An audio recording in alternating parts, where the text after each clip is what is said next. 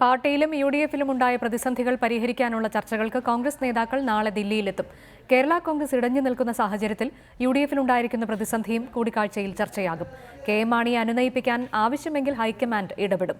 Party പുനഃസംഘടനയടക്കമുള്ള കാര്യങ്ങളിൽ ഹൈക്കമാൻഡിന്റെ തീരുമാനം അറിയിക്കാനാണ് രാഹുൽ ഗാന്ധി നേതാക്കളെ ദില്ലിക്ക് വിളിപ്പിച്ചത്.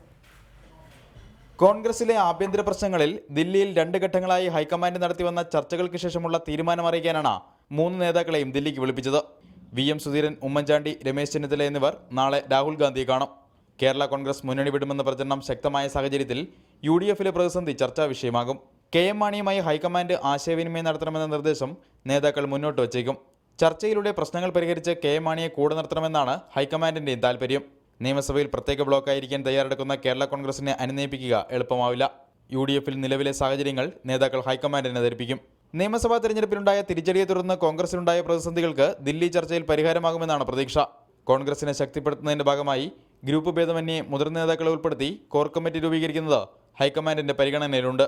ജംബോ കമ്മിറ്റികൾ പിരിച്ചുവിട്ട് DCC-കൾ പുനഃസംഘടിപ്പിക്കും.